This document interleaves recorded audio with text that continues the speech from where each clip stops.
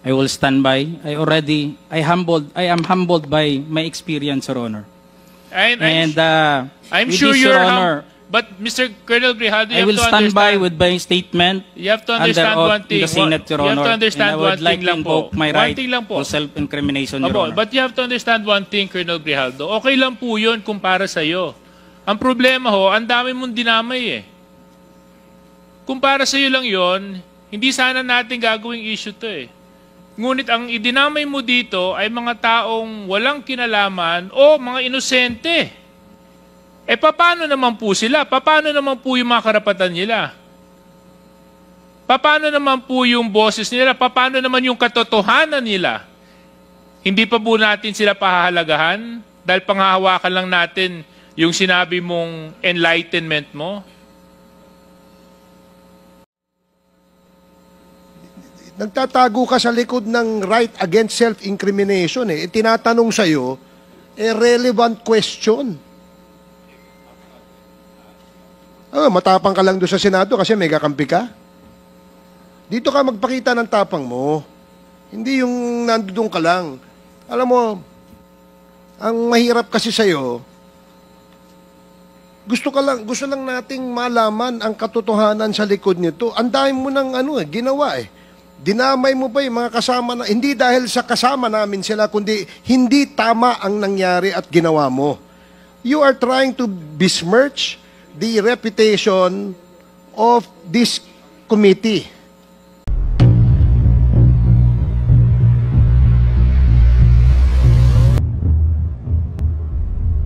Under oath, Your Honor, and I invoke my right for self-incrimination, Your Honor. Point of order, Mr. Chairman. Please, tigilan mo yan. Hindi naman, Mr. Chair, it's not right to invoking self-incrimination when in fact DSJJ is not asking you any questions but merely reading his affidavit. Noong nasa Senado ka, ang tapang-tapang mo eh. Bakit dito ay mo magtapang ka rito? Ipakita mo yung the same candor, the same tapang na pinakita mo doon. Matapang ka lang doon sa Senado kasi may kakampi ka. Dito ka magpakita ng tapang mo. Yung tapang mo, nawawala eh. Tawagin mo yung kakampi mo. Ang nakakabahala po doon sa bahagi po ninyo, Colonel Grijaldo, ay naibahagi po ninyo doon sa statement ninyo na meron pong 2 miyembro ng mababang kapulungan ay di umano ay inudyok ka, kinausap ka, at para pang tinatakot ka na magsabi ng mga bagay tungkol sa issue ng EJK sa Pilipinas. Tama po ba yun? Your Honor, I would like to stand by my statement in the Senate under oath, Your Honor, and I would like to invoke my right for self-incrimination, Your Honor. Okay, but you have already stated your statement. So, anyway, Colonel Grijaldo, meron po akong kopya ng affidavit nyo. At ito naman po ay pinaninindigan po ninyo. Tama po? Yes, Your Honor. Okay. Maraming salamat. Dito po sa number 7 ng inyong sinumpang salaysay, sinabi po ninyo dito, when I entered the end room, I saw 2 lawyers of Colonel Garma standing inside the room. One of the lawyers approached me and then asked me what we were going to talk about. And I said that I do not know. Number 8, after a while, Congressman Dan Fernandez entered the room and he asked me to sit beside him on the right side. Then Congressman Abante entered the room and sat on the far end chair on my right. One of the lawyers of Colonel Garma stood at my back. Your Honor, I would stand by my statement Okay, in the so Senate I would under oath, Your Honor, and I invoke my right for self-incrimination, Your Honor. Point of order, Mr. Chairman. Point of order. What is the point of I don't see any reason why our guest it keeps on invoking his right against self-incrimination when Deputy Speaker J.J. Suarez was not asking him anything incriminating. He was just merely reading a portion of his affidavit. So I don't like, Mr. Chair, that this committee, that our resource person may impress upon the public that we are here to corner him and to incriminate him. Please, tigilan mo yan. Hindi naman, Mr. Chair, it's not right to invoking self-incrimination when in fact DSJJ is not asking you any questions but merely reading his affidavit. Baka naman ng message na pinapakita, Mr. Chairman, sa publiko, inaanggulo natin siya dito. I'm sorry, Mr. Chair, but I have to manifest this. I think his invitation to the Senate was discussed about EJK and illegal drugs. And nowhere in his affidavit did he mention anything about illegal drugs and EJK.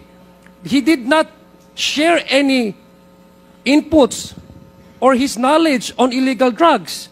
His participation in that Senate inquiry was merely to besmirch the reputation of some of the chairmen here. And as a result, attempting to degrade the integrity of the Quadcom.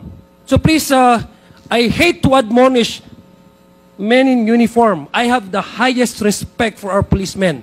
But please, Colonel Grijaldo, stop invoking your right against self-incrimination. Nobody's asking you any incriminating questions here. Mr. Chair. And Mr. Chairman, along the line of Congressman Adjong, I don't think it's incriminating because number one, sinumpang salaysay niya po ito eh. Pirmado niya po ito eh.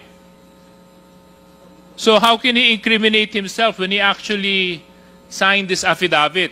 And this is a public document, Mr. Chair. Matanong ko lang po, ano po ang nag-udyok sa'yo para i-execute tong affidavit na ito? As I have said, Your Honor,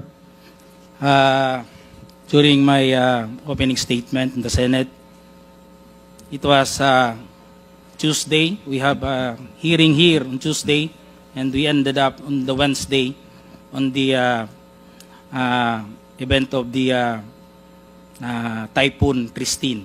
And as I have said, I go back to my home, and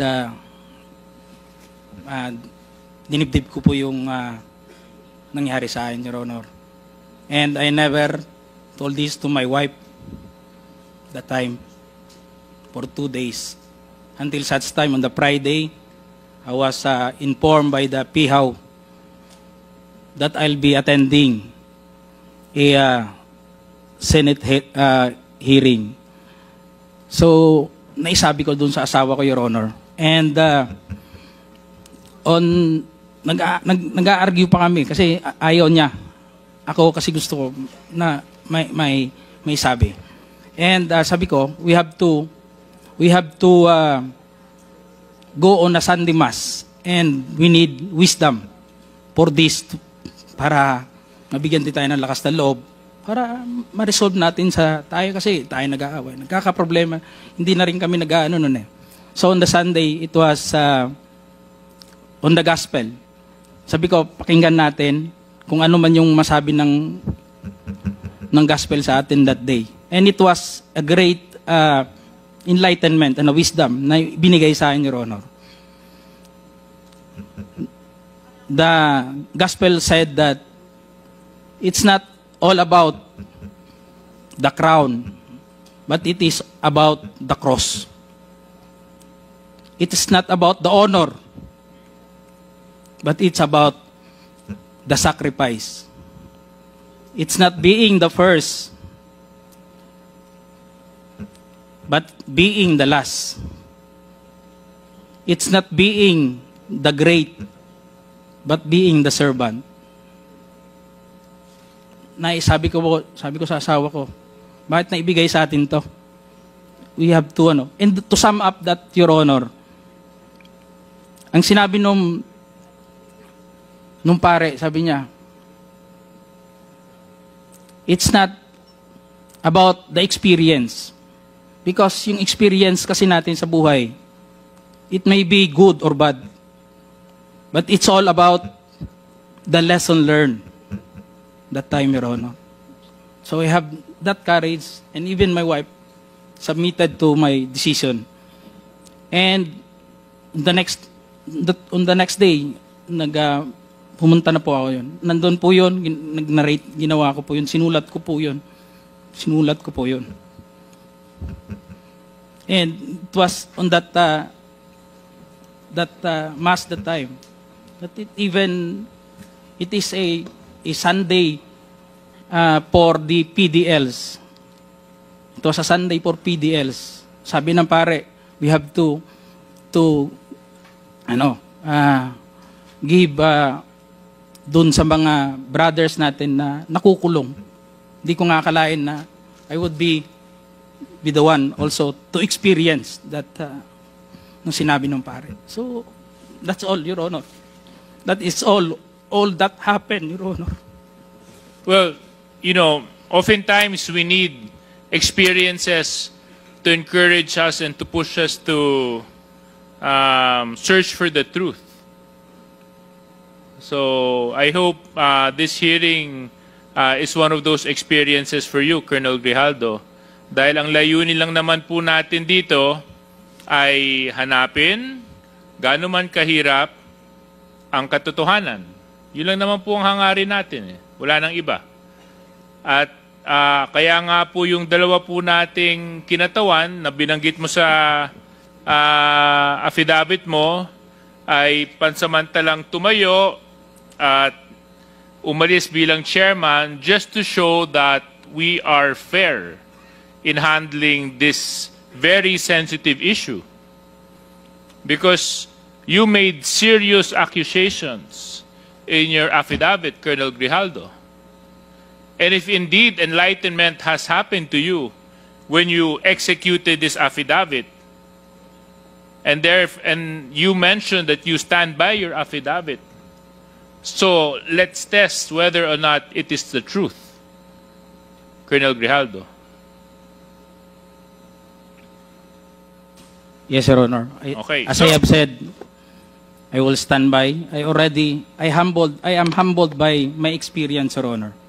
I'm with sure this, you're Your Honor, but Mr. Colonel Grijaldo, I will stand by with my statement. You have to understand one thing. The Senate, Your Honor. You have to understand and I one would like thing to lang po. invoke my One right thing lang po. for self-incrimination, Your Honor. But you have to understand one thing, Colonel Grijaldo. Okay lang po yun kung para sa'yo. Ang problema ho, ang dami mong dinamay eh. Kung para sa'yo lang yun, hindi sana natin gagawing issue to eh. Ngunit ang idinamay mo dito ay mga taong walang kinalaman o mga inosente. Paano naman po sila? Paano naman po yung mga karapatan nila? Paano naman po yung boses nila? Paano naman yung katotohanan nila? Hindi pa po natin sila pahahalagahan dahil panghahawakan lang natin yung sinabi mong enlightenment mo? But they have their own rights too, Colonel Grijaldo.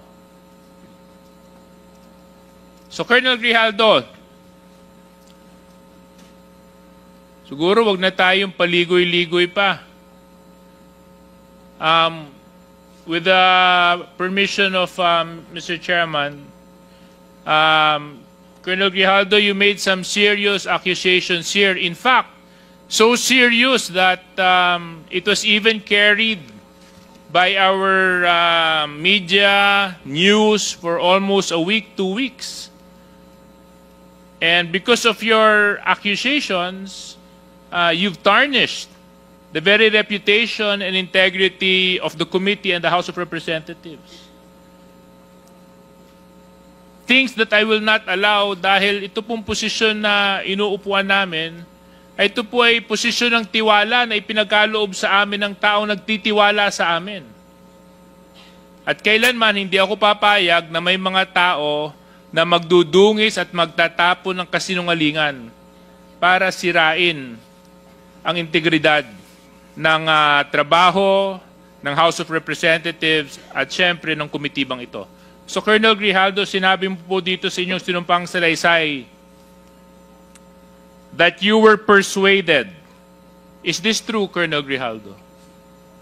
Your Honor, I will stand by my statement in the Senate under oath, Your Honor, and I would like to invoke my right for self-incrimination, Your Honor. The resource person is out of order, Mr. and Chair. let it be of record that he is continuously disrespecting this committee by refusing to answer appropriately to the questions propounded by the member. Alam mo, Colonel, if I may, DSJJ, binibigyan ka namin ng pagkakataon dito eh. Noong nasa Senado ka, ang tapang-tapang mo eh. Bakit dito ay mo magtapang ka rito? Ipakita mo yung the same candor, the same tapang na pinakita mo doon. Di ba? Bakit hindi mo gawin yan dito ngayon? Nagtatago ka sa likod ng right against self-incrimination eh. Tinatanong sa'yo, relevant question. Matapang ka lang doon sa Senado kasi may kakampi ka. Dito ka magpakita ng tapang mo. Hindi yung nandoon ka lang. Alam mo, ang mahirap kasi sa'yo, gusto lang nating malaman ang katotohanan sa likod nito. Ang dami mo ng ginawa eh. Dinamay mo pa yung mga kasama na, hindi dahil sa kasama namin sila, kundi hindi tama ang nangyari at ginawa mo. You are trying to besmirch the reputation of this committee. Itong committee ito, hindi ito gawa-gawa lamang. Ito'y pinapayagan ng ating saligang batas. Ito'y pinapayagan at pinayagan ng 300 mahigit na membro ng Kongreso na kung saan ay merong mandato ng taong bayan. Kaya wag mong pastusin ito. Yung tapang mo, nawawala eh. Tawagin mo yung kakampi mo. Ang hirap, alam mo, Colonel, nag-imbento ka ng kwento. And then you speak about honor. And then you speak about the gospel of that was given to you by a priest, talking about honor, and which, alam mo ba kung bakit mayroong honor? Pag hindi ka sinungaling, may honor ka. As simple as that. You're a police officer and you should have kasi, yun ang dito eh. Anyway, DSJJ, you can continue. I totally